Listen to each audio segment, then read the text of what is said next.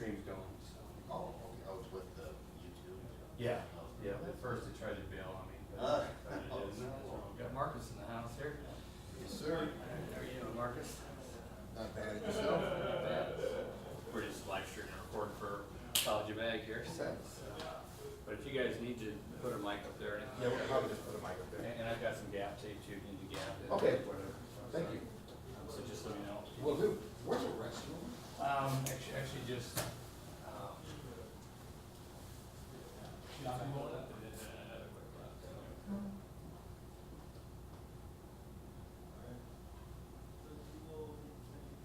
yeah, I tried to bail on me and I just kept pushing and stuff.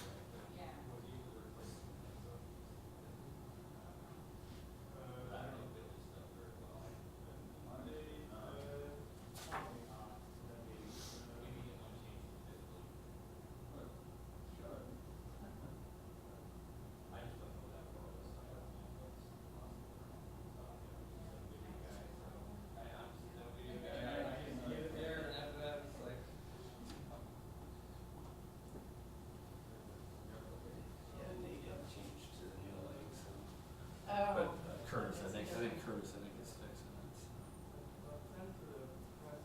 So. He created a Bitly, I think. Oh, it's short. He shortened one, yeah, and I don't think he wanted to. Oh, hi. Don't think he wanted to change it. Where do you want? Somebody's Yeah, I'll just move, yeah. Yeah, you can. Yeah, Here, when I get out of the way. Yeah, no, we can ditch. Okay, yeah, great, that's perfect. Yeah. Thank you. Get rid of the Yeah, whole. we can ditch more if you need more space. So.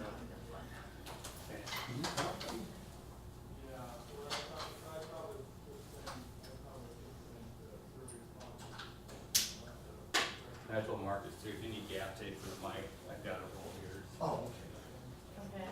Selfish stuff.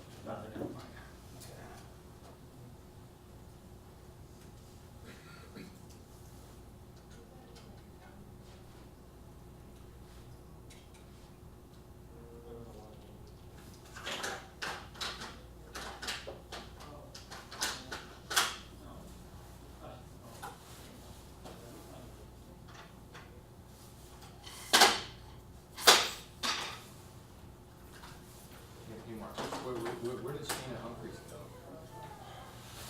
For some reason, I think it's being like hush hush for some reason. Oh, really? I heard somewhere on the East Coast. Oh, okay. I just. Where? I know it's a pretty big market, so I'm assuming Okay. you got, Boston, New York, Oh. DC, Oh. Philadelphia. Well, I heard it was like the Northeast, so Boston, New York, DC, Philadelphia, Pittsburgh, maybe. Okay. But it's right now Hush they Hush can't. for some reason, yeah. So I saw it on Twitter, I follow her on Twitter, but yeah, I was just curious where, she didn't say. Nothing was mentioned. So Yeah, it's kind of vague, you That was know. my question, why well, Hush Hush? Changes being made. Okay, Oh, okay, so one of It those, just seemed weird that usually it's so-and-so's going on to this station, or they're doing Right. this, and Right, so right. this Yeah. time. yeah, no, I was just, I said to see her go, because she's really good. Yeah, she's a really good But player. I figured, you know, she would eventually would move on. I think we'll eventually know what she starts working, but until then, Yeah. I didn't say, well, thanks, I just curious. no problem. No problem at all.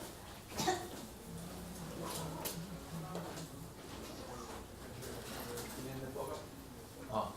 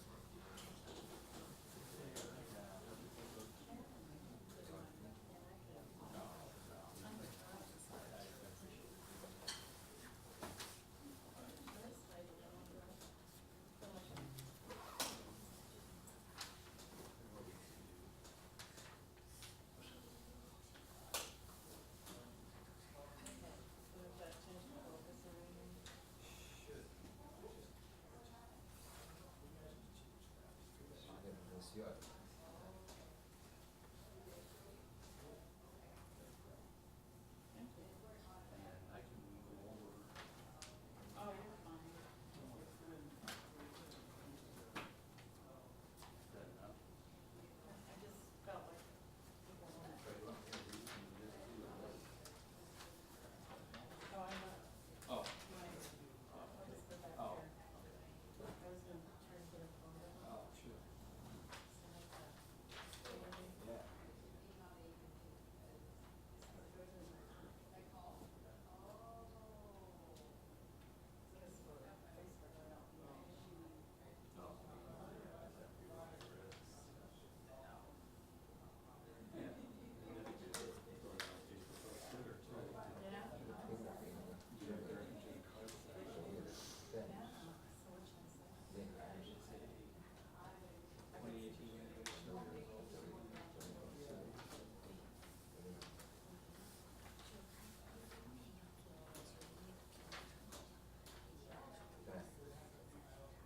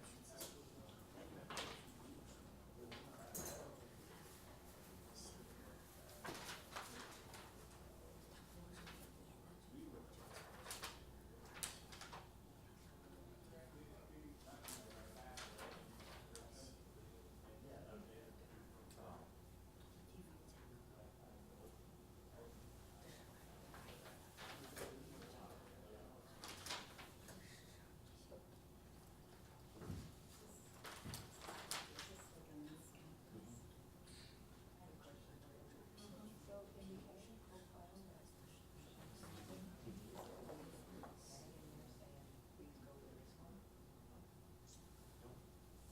So I can just delete that entirely once I get back in the office. That old link, I have to get into YouTube just to delete it. But I can permanently delete it though, so that way. I don't think there's any way YouTube could do that. I'm pretty sure we send it out voices, we don't remember what we sent. Oh, You know what I mean? yeah, It's like a download thing. sure. I was hoping people would just go to your site and click on your, within your site. And then there's that. I mean, We'll hope- have that. So hopefully, at least the live stream, that's the way they should be watching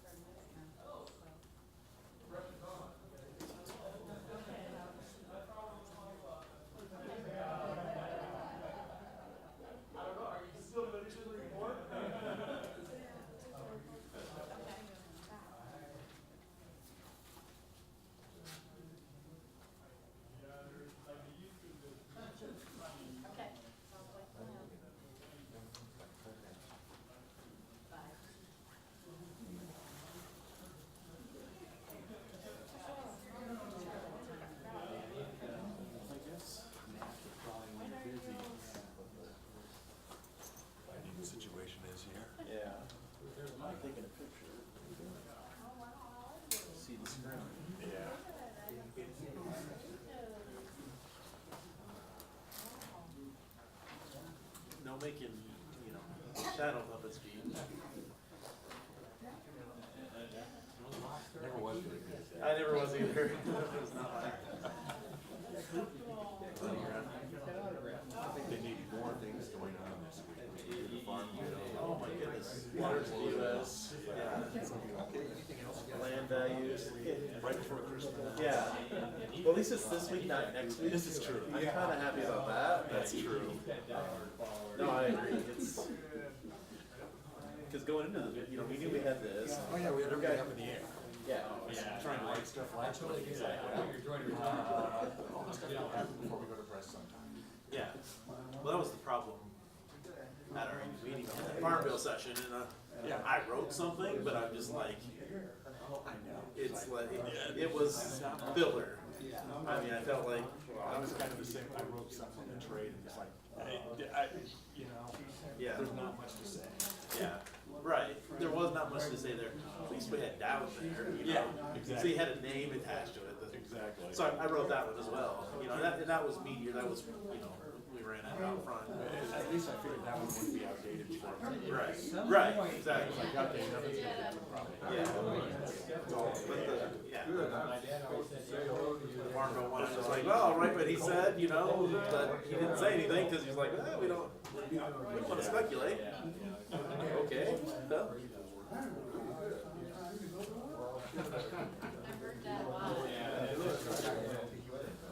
Well, I see him about 3 or 4 times a year on the circuit. IBA's got him coming in 19. Oh, do they? Yeah, and then, Carrot has him coming in And 20. this hits you exactly wrong, right? We talked Oh, about yeah. Melbank, Our deadline was they got him Monday. coming in Monday. 2 to 3 days. There was a few years where, for a long time, our deadline was Tuesday. Hurry up, bring my laptop in and write it, within an hour. Get 10 inches or something in. Get something in there. Oh, man, he really is. That's been a while. Yeah.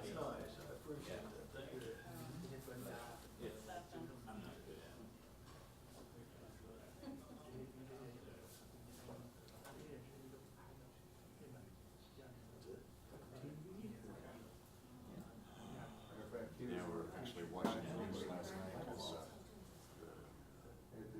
saw a shooting in France. Oh. At the Christmas market. Oh, there was? Yeah, there was. Okay, I was out last night. Someone Keynote speaker and he shot, killed like 4 people. did a program. Christmas market in Strasbourg. We're flying to Strasbourg town was next it? week. Oh, you are? To the Christmas market. No way. Yeah, so like, another 10 days. It's funny. Yeah. So hopefully, everything works out over there. I don't know. I mean, so that's where it was. It was in Strasbourg at the Christmas market. That's exactly where you're going. Yeah, there's a bunch of different Christmas markets there. Okay. Yeah. 10 or 12. So just you and your wife, or is it? We're meeting the kids. My son's studying friends this Oh, he is. week. Okay. So Nice. Are you ready to get mic'd up so I can get you?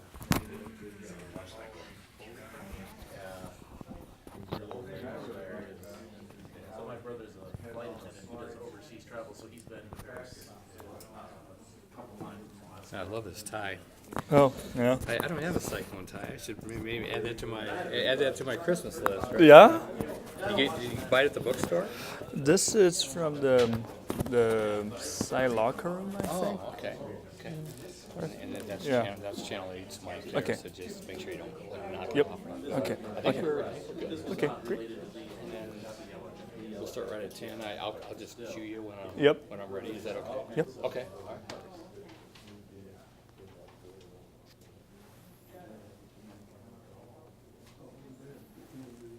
Bring it back.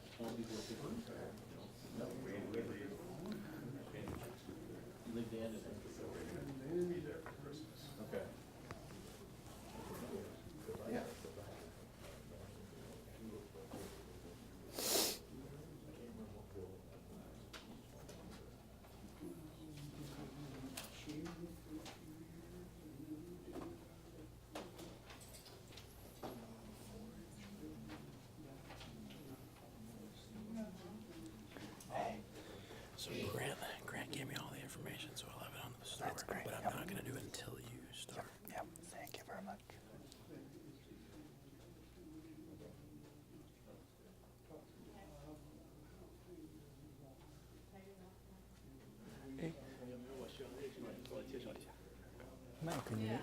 给 Dermot 发个邮件，确认一下他下午有空。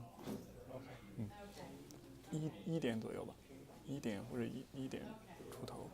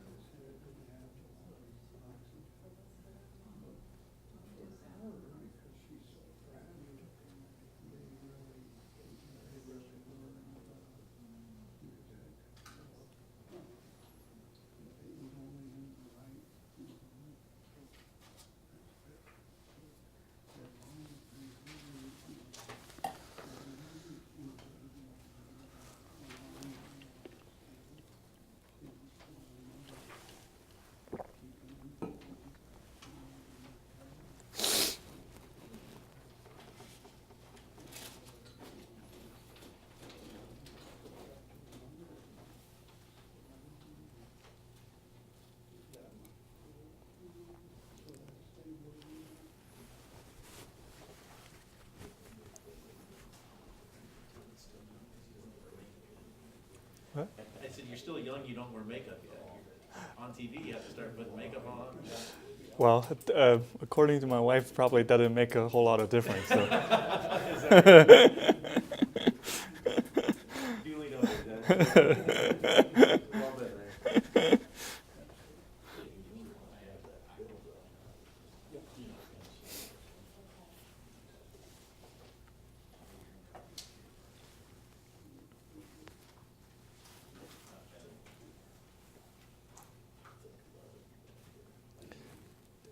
Today they might vote on the farm bill, right? Yeah. Yep. Yeah, the House is supposed to vote today, Yeah. so shouldn't, I mean, you assume it's gonna pass. It'll be tight, I think, but I think it will. Right, yeah.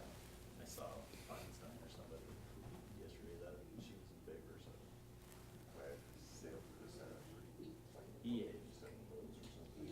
Yeah, I think it was basically the Senate bill, you know what I mean, like, yeah. I mean, So, how long before they, yeah, and once the election hit, yeah, he didn't have much to do. Yeah. Yeah. So, I think they're trying, you know, I've seen a few things they're trying to save face about. There's yeah, right. We just will let you say that. Right, exactly. You say what you have to say. That's basically it.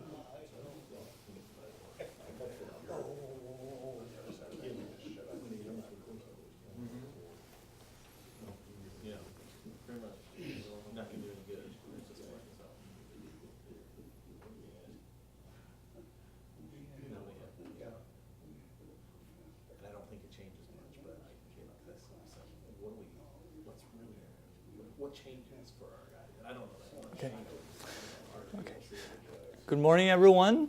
My name is Wendong Zhang. I'm assistant professor of economics at Iowa State University. Today, I'm happy to announce the results from the 2018 ISU Land Value Survey.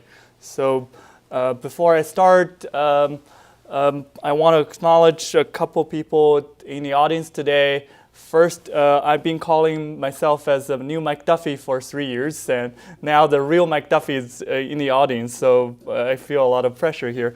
And another group of people is that over the last year, Iowa State University has, especially CARD, has been working with Chinese Academy of Agricultural Sciences, and we have four visitors from CAS, led by Dr. Mao here in the presence, that I will acknowledge their collaboration on that we will see some of the output in the end. I will highlight some of the page for publication and things like that. Before I start announcing the results, I want to give you a little more brief introduction about myself. So I grew up in China. I'm still proud to say I'm the only faculty in the economics department who can read a Chinese newspaper, which proved to be a valuable skill this year especially. I went to school in Shanghai and then went to Ohio to get my degree in PhD in agricultural economics. And Iowa State University mainly hired me to replace Mike to continue this important survey, which has been the first of its sort in the nation since 1941. So since 1950, we have the ISU Land Value Survey has been the only source in Iowa that provides county-level land value estimates on an annual basis. So you can find now a lot of the useful information is hosted on the CARD website. So if you go to the two links here, you can find information about farmland values. You can also find the publication analysis regarding critical Chinese agricultural issues that has relevance for Iowa and U.S. agriculture. So one of the key saying when you are talking about real estate, if you think about farmland as agricultural real estate, it's location, location, location. So I want to give you some snippets that this principle even works in China as well. So on the left is you see a mainland China map with a star denoting where my hometown is. And 4 or 5 hours north is the capital of the country, which is Beijing, that 20, 30 years ago used to take much longer to get there. And on the right is my uncle holding his grandson in the greenhouses, vegetable greenhouses. But 30 years ago, because China and the U.S. roughly cover the same latitude, so everyone in my grandpa's village used to be doing what Kansas farmers are doing, which is growing corn and wheat. So they recently made the switch precisely because of the location. So due to the transformation of the Chinese economy, more and more people are moving to the cities. So in 2011 is the first time that in thousands of years that there's more people living in cities in China than in the rural area. With more people in a city and they have more income, they demand meat, they demand fresh vegetables. That's led to the transformation of my grandpa's village agricultural scene. But not everyone transformed. They transformed because they are fairly close to the urban centers, and that's is also the essence of the farmland market as well. So before I announce the results, I'll give you a little bit about how I think that the survey results should be interpreted. So the survey is not a collection of civil records. It's an expert opinion survey. So essentially, every November, we send out mail and online questionnaires to farm managers, appraisers, ag lenders for their opinion for what is the land value estimates for high, medium, low quality land in your primary counties. And we gather these information and we analyze it. We specifically chose agricultural professionals because we think this group is a group that is more knowledgeable about the land market as opposed to for example, producer who mainly farm in one county. And we are using this survey. We maintain a consistent methodology since 1950. So what is important is when you are thinking about the survey, it's more important to focus on the percentage change rather than the dollar per acre amount. The percentage change is more meaningful when you are thinking about how to compare the survey results from our survey with other survey done by, say, Realtor Land Institute, Federal Reserve Bank in Chicago, and USDA in their opinion survey, or with auction prices. But my predecessor, Dr. McDuffie, has done an analysis looking at how the results from the opinion survey compare with average sale records using the data from maybe 1980s to 2011. Find in general they are comparable. What it means that we find these knowledgeable agricultural professionals that they use somewhat the sale records, especially the auction prices, as anchors when they are thinking about how to answer to our survey. With that, here is a sample for this survey. In total, we got about over 600 agricultural professionals providing estimates for close to 800 responses. So essentially, one agricultural respondent could provide land value estimates for more than one county. So this particular farm manager may know land value market trends for, say, 3 or 5 counties, and our survey offered the ability for them to give more than one county estimates. When you're looking at the distribution, ag lenders, when you are thinking about the distribution across the districts, they are not evenly distributed. So is the number of farmers. Typically, when you are going to the west to central Iowa or southern parts of the states, you will have fewer farms, fewer farmers. The same is true that you see less agricultural professionals every year as well. In contrast, when you're looking at the primary agricultural production area, especially in northern part of the states, you see more farmers and more agricultural professionals. And how they are distributed is 42% of the respondents are agricultural lenders, and they are followed by brokers, realtors, farm managers, appraisers. So essentially, these groups accounts for roughly 80% of our response. We also benefit from the input from the county assessors and extension professionals, some farmers, landowner, retired farmers as well. Okay, and with that, when you are thinking about how many number of counties they cover, on average, farm managers have on average 23 years of experience covering roughly 9 counties. Ag lenders cover less counties, so it tends to be local banks rather than the larger banks. But when you're looking at the agricultural professionals, the same as the agricultural industry in general, we are seeing that you could interpret this as an experienced workforce, but also this is also an aging farm. You see aging producers, aging landowners, and in somewhat the transition is also ongoing for the agricultural professionals as well.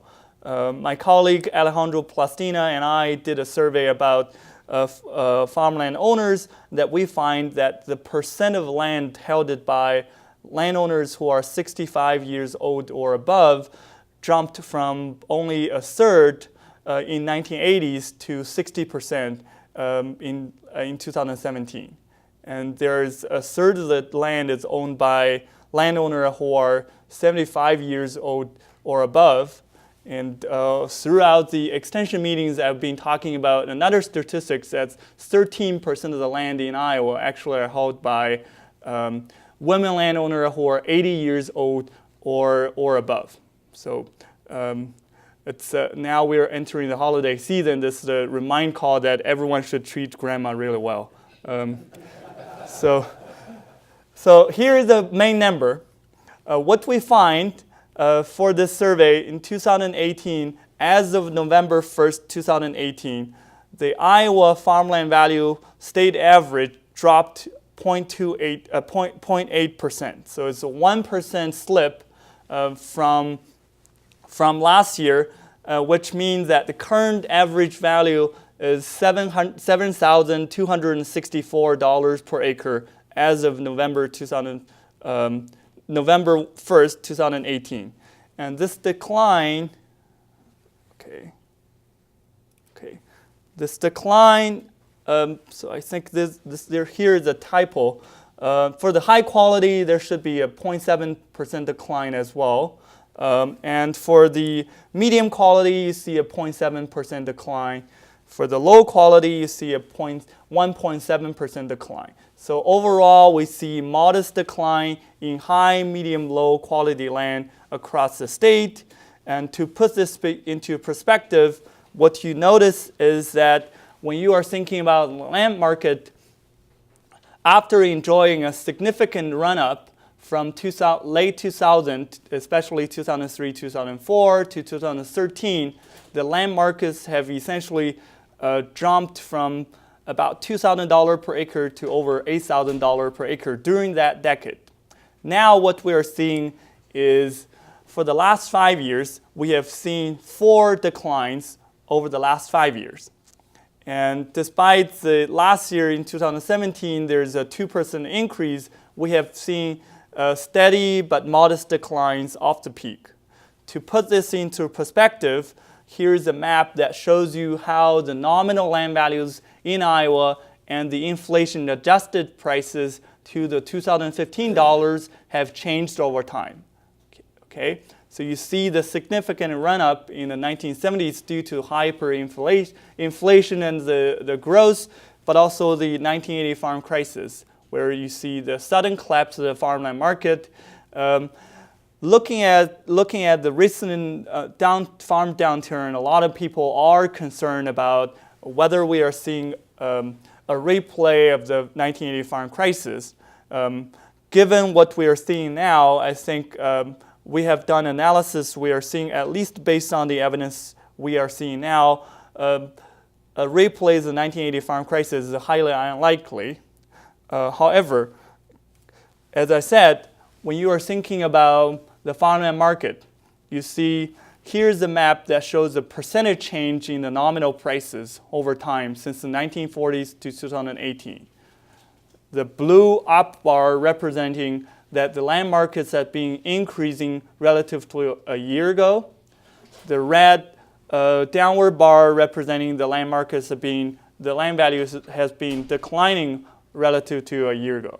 Okay. We are seeing 4 modest red bars over the last 5 years. If you aggregate the changes, this roughly represents 17% off the 2013 peak. Okay. If you take the effects of the inflation out of the calculation, this roughly represents a 24% decline. Okay. So compared to what happened in farm income, this is still fairly modest, because when you are looking at the USDA, U.S. farm income number, later I will show you the number as well, we are seeing the net farm income essentially dropped from $120 billion to only 60. So it's a 50% drop. So, but we're only seeing a 17% decline in the farmland market. So there are a lot of reasons that explain why we are seeing a decline. There are a lot of reasons why, when you are thinking about the land markets, why the decline is modest. But overall, I think the key message from this survey is, yes, we are seeing downward pressure. We are seeing modest decline. But overall, we are seeing stabilizing land markets. There's no sign of sudden collapse. If you look at, later I will show you, when you are looking at the district and county level changes, the county that declined most only declined by about 3%. So, but this is a noticeable drop, because if you also think the effects of the inflation over the last year, the inflation has been rising for about 2.5%, which means that the inflation-adjusted prices in the land markets dropped about 3.3% rather than 0.8%. Okay, so what is explaining the drop? We asked this question for our respondents, and here are some of the major negative factors noted by our respondents based on the percentage respondents highlighting this factor. So the top factor is lower commodity prices. Over the last year, I think at least two things are driving this. My colleague Chad Hart and Lee Schultz wrote a nice CARD agricultural policy review article talk about the blessing and the curse of phenomenal productivity. So when you are looking at the U.S. agriculture, both from the crop side and the livestock side, what you are seeing is that over the last 10 years, over the last 6-7 years, we probably see the record crop after record crop. Actually, based on the projection by USDA, we're likely to see the highest soybean record production ever. And the corn yields are lower, especially for Iowa, due to the weather conditions during the harvest time, but it's still fairly strong. And when you are looking at the last 5-6 years, we are seeing probably the 6-7 largest crop that U.S. have ever seen. That is not just for U.S. crops as well, it's also true for livestock. And the beef production have seen a rebound, and you see a lot of the expansion both in the hog production but also in the processing facility as well. So those efficiency and productivity gains in the crop and livestock sector led to, in some way, oversupply both in the U.S., especially in the Great Plains, in outside the main Corn Belt area. People who are not growing corn and soybean previously are growing them. That is true globally as well. That tends to drive down the commodity prices. Okay, and another new factor is the trade, which I will touch on a little bit as well later. There are some other factors that they mentioned, right? So the second largest factor that people mentioned is the higher interest rate. Over the last 3 years, actually, Federal Reserve have been raising the interest rates, and which put additional cost on the financing interest expense as from the producer perspective, but also affects the ability how the ag lenders approach the collaterals and also the lending activity as well. So here are some of the things that echo. Here are some of the data that echo the respondents' sentiments. On the left is the USDA Economic Research Service forecast of U.S. farm income. Okay, what you see is the green bar, the net farm income. It has been ramping up along with commodity prices since the late 2000s, at least driven by 3 factors, right? Low interest rate, strong demand from China and other countries, and ethanol production found a new market for corn. But nowadays that we are seeing significant decline, that roughly we're seeing that the U.S. As a whole, the net farm income have declined by half from $120 billion to only $60. In inflation-adjusted terms, I think this is one of the lowest points since 2002. And on the other hand, you are seeing on the right is a Federal Reserve dot plot. Essentially, it's the Federal Reserve's committee which making interest rate decisions. They are thinking about how the interest rates should be over the next year and in the years to come. And what you can see is it's a clear upward trajectory.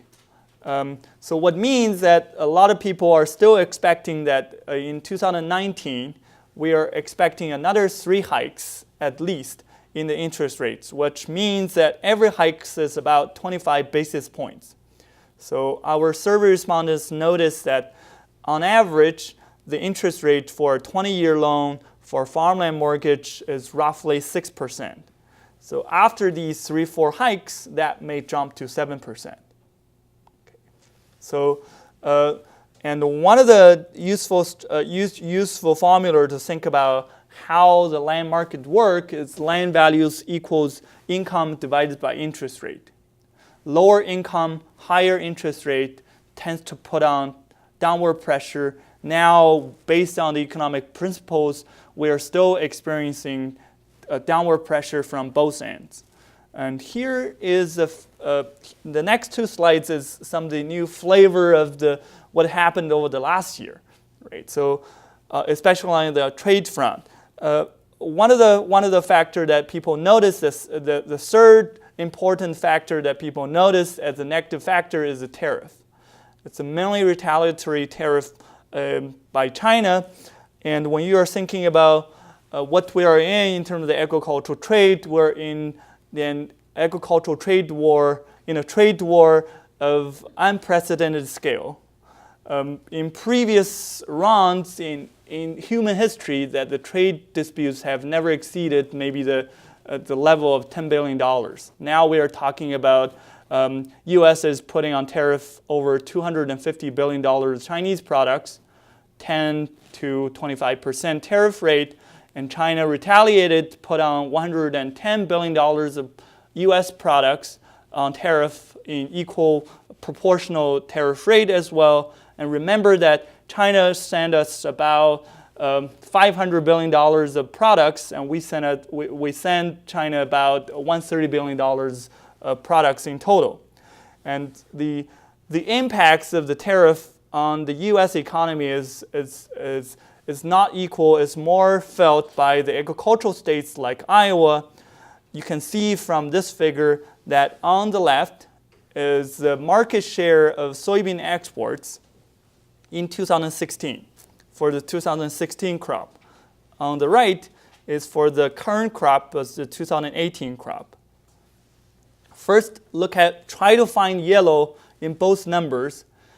Historically, China accounts for about 62% of all soybean exports that U.S. sent out overseas, which means that roughly one in every 4 row or 1 in every 3 rows of soybeans growing in Iowa will go to China.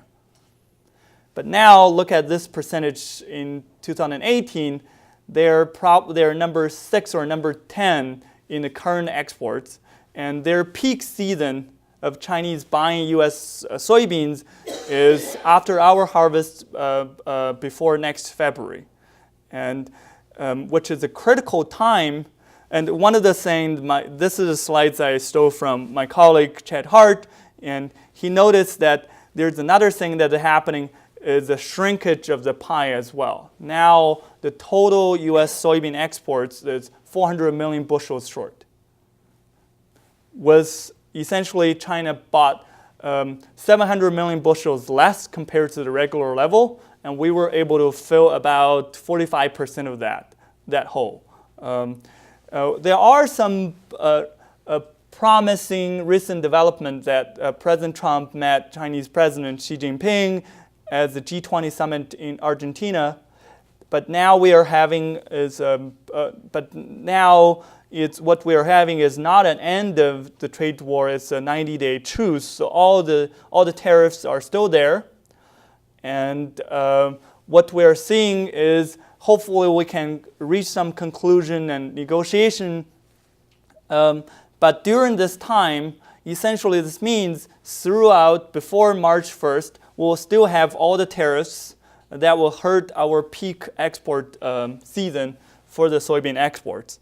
And I have participated in one of the CARD study, which published in September, which analyzed how the trade disruptions, especially the trade disputes with China, impacted Iowa economy. In general, we find that we will incur about $1 to $2 billion loss of the state GDP, which is half to 1% of the state GDP. The U.S. as a whole will lose way less, so it's less than 0.5%, but agricultural states like Iowa will bear a disproportionately larger burden through these trade disputes. So while we are seeing declines because of the lower commodity prices and the higher interest rates, there are some key positive factors that still maintain and hold up the land markets. And that explains why I'm still optimistic regarding that we are likely won't have the replays of the 1980 farm crisis. One of the key unique factor is that we are still having a fairly limited land supply. Okay. To give you some perspective, farmland markets in general is a very thin market. So what do I mean by that? In general, when you're thinking about buying land, on a regular year, only 1% of the land is available for sale for a particular county throughout the whole year. So only 1% of the land in general. So over the last few years, what we are seeing is even less than that. So even 1% is low. I think if you think about your houses, my neighborhood, the two streets I watch near my house, we have seen 10, 15 sales over the last 2 years, just for the 2-3 years I lived there. That shows that how many activities in the residential housing markets there are compared to Iowa farmland. You see way less sales. And when you are thinking about how frequently people buy land, it's probably a once in a decade or once in a few decades decision, which is increasingly so because now when you're thinking about you're buying a 100-acre parcel, if it's a top quality land, you're paying roughly $10,000 per acre per acre for that parcel. I just got back from Mount Pleasant. There was a sale that is $14,000 per acre. So when you are thinking about this slide, this shows you the blue line indicates the index of the farmland sale activities. Essentially, if this blue line is below the red benchmark, which is 100, which means that there's more respondents from this survey say they saw less sales compared to a year ago than people who are saying they witnessed more sales. Okay. There are a couple of things to notice. First is over the last 5 years, all these 5 years are below this benchmark line, which means for the last 5 years, the respondents have consistently noticed that they are seeing less sales in general compared to a year ago. When you have limited supply, the prices tends to be high. Okay? But you also see that the index are inching up, increasing quite dramatically as well. Now we are seeing a split. So there's some area has more sales, some area has less sales. But in general, when you are having less sales, why the prices is higher is because take for example, Northwest Iowa as one example. You have livestock producers looking for nearby acres to spread manure. They don't look really far away. So you are looking at the parcel that's available for you to buy within 8-10 mile radius, and when there's less sale, your option is limited. And you likely are willing to pay a little more premium for that location. Okay? So there are some other things that people noticed as well. Although there are recent hikes in the interest rates, the interest rate is still really low compared to historical average, even compared to the 10-year average. The crop yields is actually fairly strong, much stronger than expected. Later on, I will show you some of the examples, which is especially true for South Central Iowa, which shows the only significant increase in the land markets. We are still having strong demand mainly a lot of the buyers are still local existing producers, and with the land prices declining, the rate of return are improving gradually as well. That attracted some investor demand as well. There's another factor that I want to highlight that related to the ownership structure. In general, when you are thinking about why a lot of people, why we have a limited land supply, here's another reason. From our farmland ownership and tenure survey that Alejandro and I did, that we find 82% of the land in Iowa are debt-free, which means that 82% of the land they have are fully paid for, and 29% of the land are owned primarily for family or sentimental reasons. So you don't have a large group of landowners who are eager to sell the land to improve necessarily their working capital or balance sheets, given the structure, given the financing of the farmland market. And on the other hand, when you're looking at the cost of production estimates from ISU, we typically do include cash rent in the calculation of the production cost.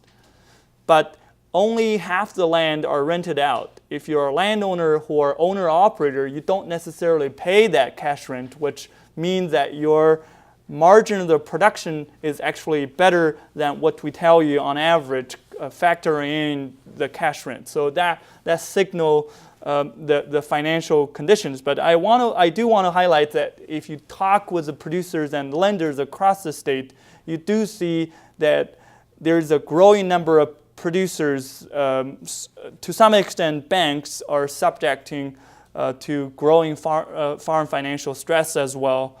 And ISU have Iowa Hotline to help. We have the farm finance associates to help with the producers to think about how to maintain a strong working capital and what are the strategies to weather the storm here. But in general, I think over the overall sector is still fairly strong. Okay, so when you are thinking about how our survey compared to other results, I would say that across all the surveys that we are seeing, in general, we are seeing a trend of a stable land market and to modest decline. So on the left is the Realtor Land Institute survey released in September 2018. So what you notice is, in general, they see a modest increase from September 2017 to September 2018. But you see a lot of the red lines in the second, in the middle, which means there is a recent decline that they noticed from this March to this September. Okay, so I think we're picking the same sentiment in some way. And when you are thinking about the USDA survey, which covers from June 2017 to June 2018, they have seen a 1% increase in farmland values, including the values of the buildings, no change for cropland and pasture. So qualitatively, I think they're the same with us, because 1% increase in inflation-adjusted terms would be 1 to 1.5% decline, actually, right? So when you are thinking about another survey that done by Federal Reserve Bank in Chicago, they said that for Indiana, Iowa, there's a 1% increase from last October to the current period. So roughly, we're all close to zero. So I would encourage you not to pay too close attention in terms of the exact magnitude. The key message is there's a stabilization and too modest decline, because if even their survey noticed that from July to October, there's 1% decline in Illinois land values, 2% decline in Indiana land values, 1% decline on average in Iowa land values, which is also echoed by other land-grant university by Purdue and Illinois, that the Illinois land value surveys have shown that they published this in March, this March, so they will have another report next March. But what they're seeing is, relative to a year ago, overall the 2017 land value have seen about 2 to 5% decline depending on the land quality you're seeing. And the Indiana land values have seen overall maybe a 1% increase from June to June, but over the most recent period from the earlier half of 2018, there's 0.1% decline in top quality land, 0.4% in average, and 0.7% decline in poor quality land. So in general, I think what we are seeing is a overall stable land market, somewhat trending modest decline. So what happens was across the district and regions. What we are seeing is kind of mixed. If you pay attention to South Central, it's a green number I highlighted here. It's only districts that show a significant positive changes in the land markets, 3.8% growth. The land markets have seen greater decline is in central and eastern central Iowa.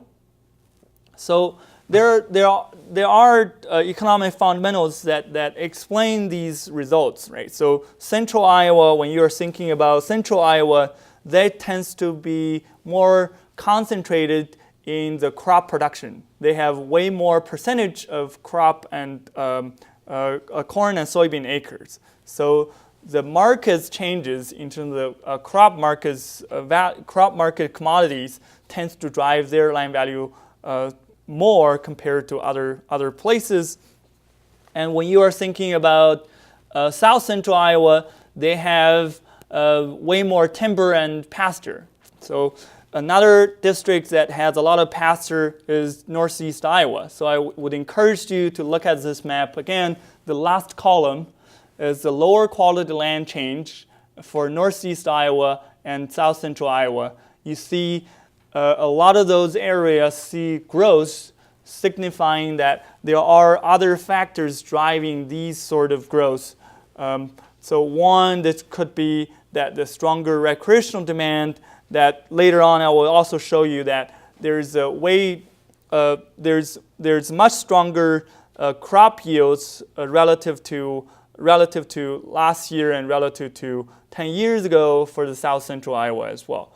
So here's two maps for the corn and soybean yields based on the USDA November yield forecast.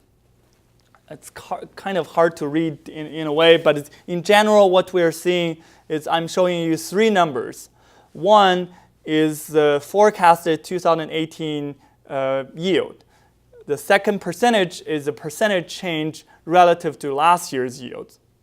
And the second percentage is the percentage over the 10-year average yields. What we are seeing in the South Central Iowa is essentially they are having a yield that is 11, 12% higher than last year and 20 to 27% higher than 10-year average compared to for both corn and soybean. There was a yield loss because of the weather, but this year we have much wetter condition in the harvest, and South Central tends to do relatively poor when they have a dry year in terms of crop yields. So in some way, the precipitation helped their crop production in some way. When you are looking at all other districts, you see modest decline compared to last year's record yields for the corn, and some modest increase for the soybeans. So overall, the crop yields are fairly strong, that we are seeing 198 bushels per acre for corn and 58 for soybeans. And I think for soybeans overall for the country, we are seeing a record production.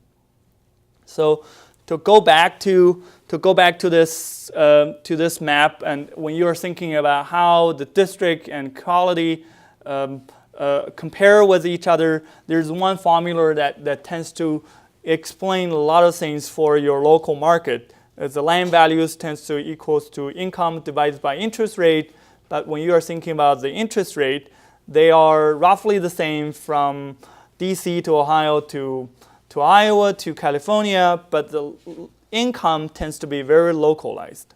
Whether you have much stronger supply and demand, that tends to drive the local variation in the land markets.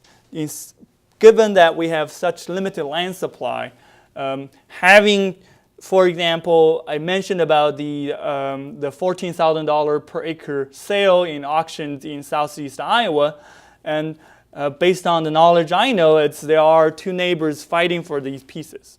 Right? So a lot of those local conditions, how competitive your local market is, how limited the land supply is, especially if we're looking at the particular quality class, say top quality ground or the lower quality ground with higher return rate of returns, that tends to drive the market changes. How does the land value look like in terms of across the counties? You see the usual suspects for the high quality, for the high value counties. The dark red represents the high value counties, and Scott County is still the highest value county in Iowa, mainly due to urban influence and the transportation, urban influence both because of the Quad City, but also proximity to the Mississippi River.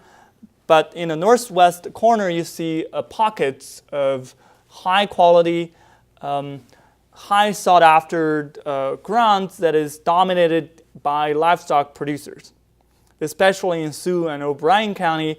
Actually, when you're looking at the percentage change, what you see in this one is that the red one and the orange one indicate increase, while the bright yellow one is the largest decrease. So the range of the decrease and increase is increase 3% for about for Floyd and Mitchell County to about declining 3% in Wright County. So they're still fairly stable overall, but you do see that in northwest Iowa, there's the competitiveness to the local market still held up the land market and even drove up a little bit. And in the in Paul Mitchell County, I think I don't know what is the exact reason to drive the specific growth for that particular one, but I think that still it comes down to the local supply and demand, which is a sharp contrast when you're looking at the border county with Wisconsin. Those are the dairy country, right? So the dairy market has been doing fairly well, and you see that they show fairly they show a decrease rather than an increase. So there are some local fundamentals explaining some of the markets. And when you are looking at the land markets, I've always been showing this, that try to fix this map in your mind for a bit, and I will show you that here is the corn suitability rating map that shows you that the more darker area is the lower quality land. That is shown in the south central area with the lower quality. Okay, so the higher quality land tends to have higher quality land. That is wisdom that economists discovered 200 years ago. So when you are thinking about who are still buying the land, the blue line represents the percent of the farmers percent of the local farmers buying the land have been steady at 70%. So a vast majority of the land are actually bought by local producers, and we actually broke them down into whether you are local farmers or relocating farmers. And in general, we find it's still the local farmers buying the land, although that you see in recent years when the land prices drop a little bit, the return the investors are looking for in terms of cash rent divided by land values, the rate of return has improved a little bit. You see a modest pickup in the red line, which indicates the percent of land bought by investors. So who are selling the farms, what we are seeing is over half the sale, the source of the land are from estate sales. Another 23% is from the retirement. Across the state that you see, there's more and more people thinking about retirement because of the low commodity prices. There are some regional variations, but I think overall we are seeing a pretty consistent pattern that is mainly the source of the land sale are often estate sale and retired farmers as well. But I want to highlight that it doesn't mean when you're thinking about the estate sales, often this doesn't go to non-family members. We actually show that when you are in our ownership survey that only 7% of the owners are thinking about transitioning their land to the non-family owner through a sale. So a lot of people are still thinking about will or gift or sale to a family member. So a lot of that is also part of the reason why we are seeing limited land supply as well. The legal provisions also still have these in place that you can do. You can delay your sales, avoid the step-up basis to lower your capital gain tax responsibility as well. That incentivize landowners to hold on to land too. When you are our survey also have information regarding what people are thinking the land market might go. So here is a recent report by USDA looking at the U.S. agriculture in general, looking into 10 years from now to 2027. What we're notice is relatively stable net farm income and net cash income in a foreseeable future. In some way, the decline, the major decline that I circled in the map is already behind us. And actually, USDA are forecasting maybe a modest increase in net farm income in some ways. So that is a stabilization factor for the farmland market. Why we are seeing, why in somewhat I'm optimistic regarding the medium future regarding the strengths of the land market. This is somewhat consistent with our respondents' projections of land prices and cash crop prices. So what I see here is, on average, our respondents forecast the cash corn prices, takes the effects of the basis out from the future prices. A year later, for corn would be $350, and $410 for 5 years later. So they are forecasting modest increase in corn market prices. The same is somewhat true for the soybean as well, increase from $850 to $979. But I also want to highlight how the trade impacts affected the people's perception and of the future as well. In the bottom is what the respondents forecasted a year ago. So they forecasted in 2018 we will see the price which is $330, which I think we actually exceeded a little bit compared to their average prediction. So their corn price forecast this year is stronger than last year, but soybean price forecast is weaker compared to a year ago. Right? So what it means is the strength for the corn price forecast is because over time that we have managed to cut a little bit more on the production cost, so the profitability have increased a little bit.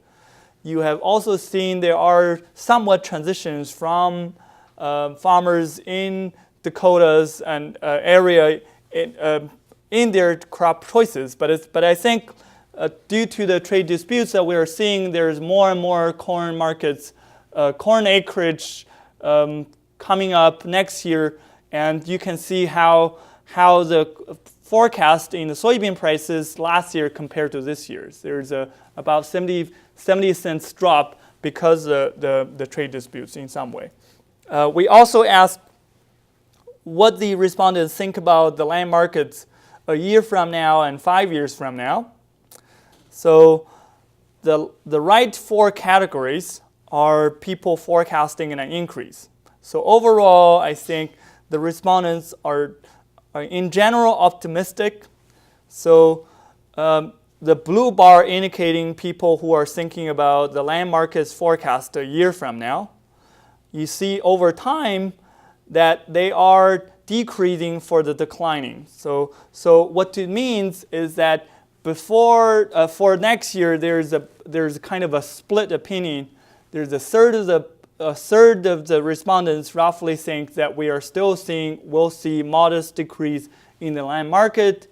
Another 15% see probably no change. So roughly half is in a camp of modest decline or no change. Half is increase. 5 years from now, a vast majority of people are thinking the land market will be higher than the current level, okay, which is somewhat echoed by another survey that is done by Purdue University. Is called the Ag Economy Barometer. The yellow bar here, the yellow bar here showing is the percent of people expecting lower farmland prices.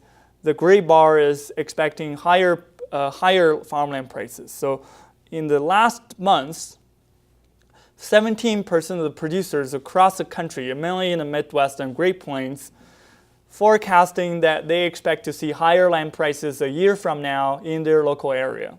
22% think they might see declines. What is the remainder of the 60%? They think there's roughly no change. So in general, people are still thinking about probably a year from now, there's a stable land market with mixed results depending on your local supply and demand. So to find more information about our survey, this year's survey, and even data since 1950 for our survey, we also collected the information since 1850 from the USDA. Occasionally got calls where there are people working on biography or genealogy histories for their grandpa, want to know what the land value for a particular county in 1920. And we got you covered. And you can go to the site and card.istate.edu farmland. You can find all these information in downloadable format, but also in visualization format in the graphs and maps here showing here as well. Later on, I want to brag about our new China Ag Center, which is in collaboration with the Chinese Academy of Ag Sciences. We have written a couple of media pieces and policy briefs that attracted attention from the industry and media as well. One of the recent articles we covered is the Chinese African swine flu in China's pork production. And we are also planning to write a spring article about Chinese E10 ethanol mandate. So when you are thinking about the Chinese agricultural industry and Chinese agricultural production policy in general, 10 years ago there's no crop insurance, and now they are the second largest country that has a second largest crop insurance industry. 10 years ago, we started the ethanol mandate. Now in 2017, they started the E10 ethanol mandate in somewhat is very similar to what we were envisioning in the U.S. market as well. And China also has a lot of the conservation programs that looks a lot like the U.S. and European policies as well. So I would encourage viewers like you to think more of the Chinese policy and Chinese producers function more like your governments and your neighbors. And increasingly, things are more governed by market forces and incentives. And with that, I want to end and want to thank the respondent to the survey. I also want to thank the generous help from professional organizations like American Society of Farm Managers and Rural Appraisers, Iowa Chapter, Rutherland Institute, Iowa Banker Association, USDA Farm Service Agency, and other companies and other agencies who has been an important and continuous support and stakeholder partner for ISU, and I really value the support. So with that, here's my contact information. I'm happy to take any questions. So, Gene. You mentioned who was buying the land. Yep. I think it was something like 15% were existing farmers. Does that include people who are doing land exchanges? So 70% are existing farmer. Yep. Yes. So we didn't specifically selling land. Oh, so I think so. We didn't specify. So what you talked about is, so if you're selling this in the form of saying 1031 exchange, then this could be still part of it. Then that may show up in this figure that you're buying some land as well, right? So, yes. That's the obvious question. You mentioned what your respondents are kind of looking at in a year or 5 years. What do you see as the trend? I know that's always a little bit of a... Yeah, I think in general, so when I look at the land market trends, I think I'm probably a little more pessimistic than the average respondents. In general, I think I see a stabilizing land market. I probably wouldn't expect a significant increase in land market, at least in the immediate future. So I guess it wouldn't surprise me if we see another modest decline in the next year's land market, because if you think about the income shocks, typically it's the income decline last year will affect this year's land value. So it takes some time for the land markets to fully capitalize what's happening in terms of commodity prices and the interest rate hikes, and the Federal Reserve interest rate hikes is a key factor in this. And we are actively doing research analyzing how the interest rate hikes might impact the land values in the future as well. So, but I think overall things are stabilizing, as with the USDA. So I think my projection somewhat is in line with what USDA are thinking about the farm income would be, but it's probably a little more pessimistic.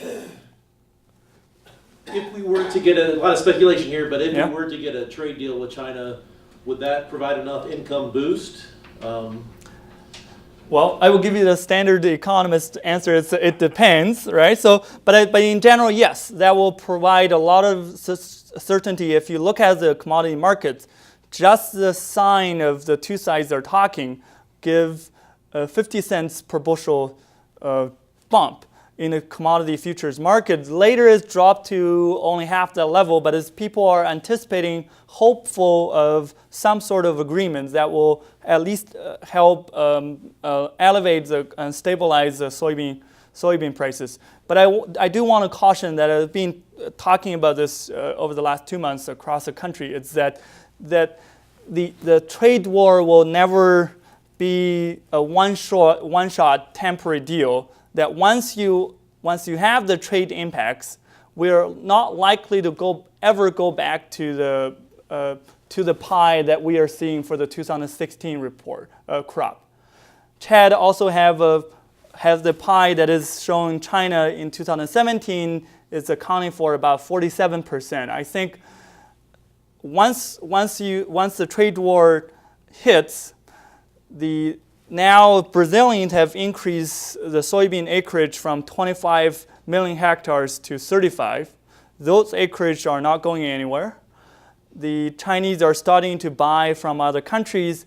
They are lowering the their feed rations, the soybean meal contents, which will reduce about a demand of about 11 million metric tons. So those likely will maintain. So they probably want to increase the domestic production of soybean as well. So I think we're forecasting, hopefully we'll get to, rather than 60%, maybe 40% from the Chinese in the long run. But there could be, maybe the Chinese government, if the negotiation work really well, which to some extent I doubt, but if this negotiation work really well, they want to send a political signal. They may really buy up this next year, right, as well, right? But structurally, I think we won't see. We will still see significant demand from China because China can only grow 15% of the soybean they consume. And Brazil cannot supply all the demand they need. But I think that once the trade war is in motion, you never go back to the original equilibrium. We need to find new partners as well, and China will do it too.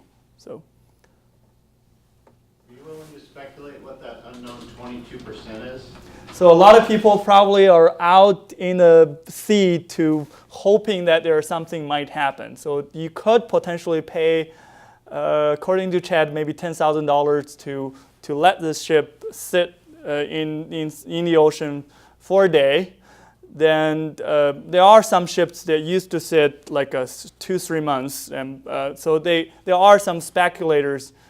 So I imagine a lot of those will still end up in China, but it's also depending on what comes out of it, right? So there are also non-negligible risks that the negotiation didn't go well, and we will not only doesn't see the end of the trade war, but a further escalation.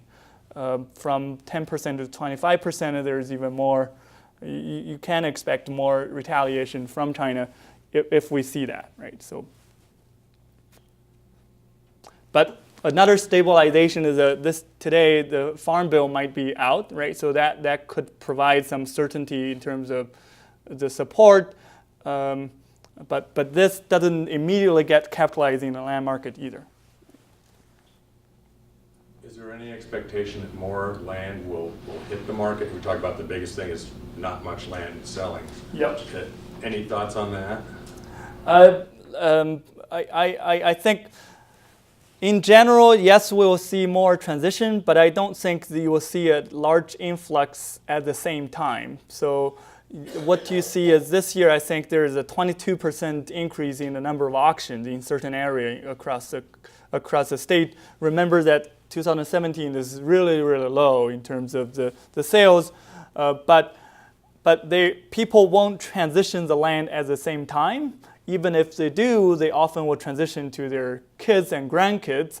So that doesn't necessarily shape the market as a lot of the analysts think. So yes, I'm sympathetic about that argument, but I don't think that will fundamentally change the land supply. Well, the farmland market will continue to be a tight market. It seems like a key to that is that, I forget what the number was, but how much of the land was owned with no debt, essentially. 82%. That's a pretty major factor there, I would say. Yeah. So if you're looking at the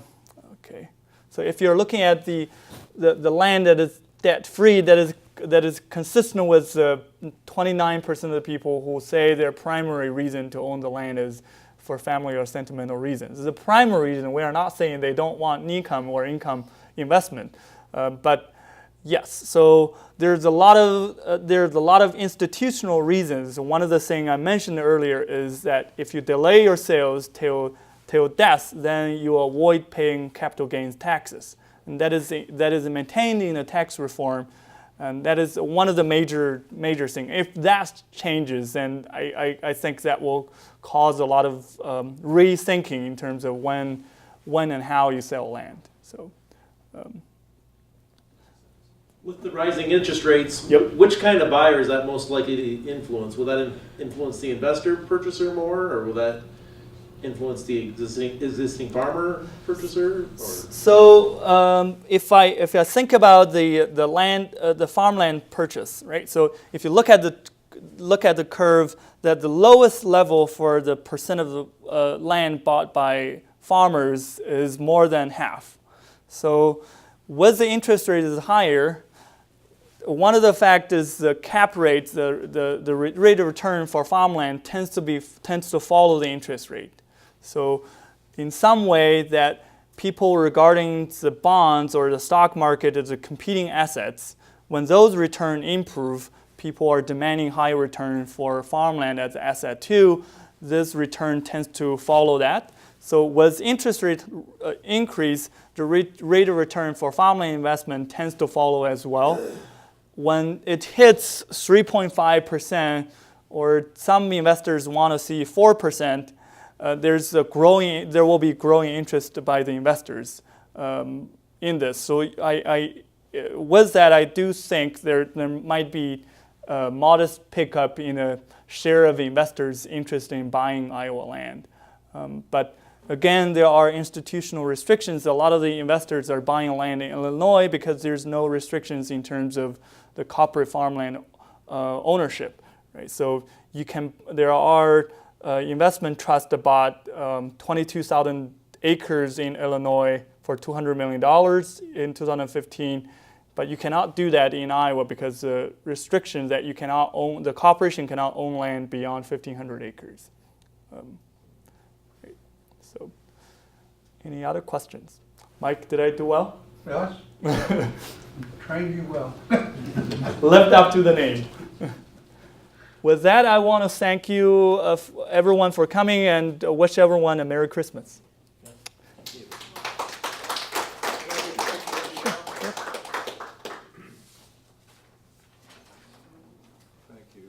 Actually, I'm going to take a couple of them. Sure.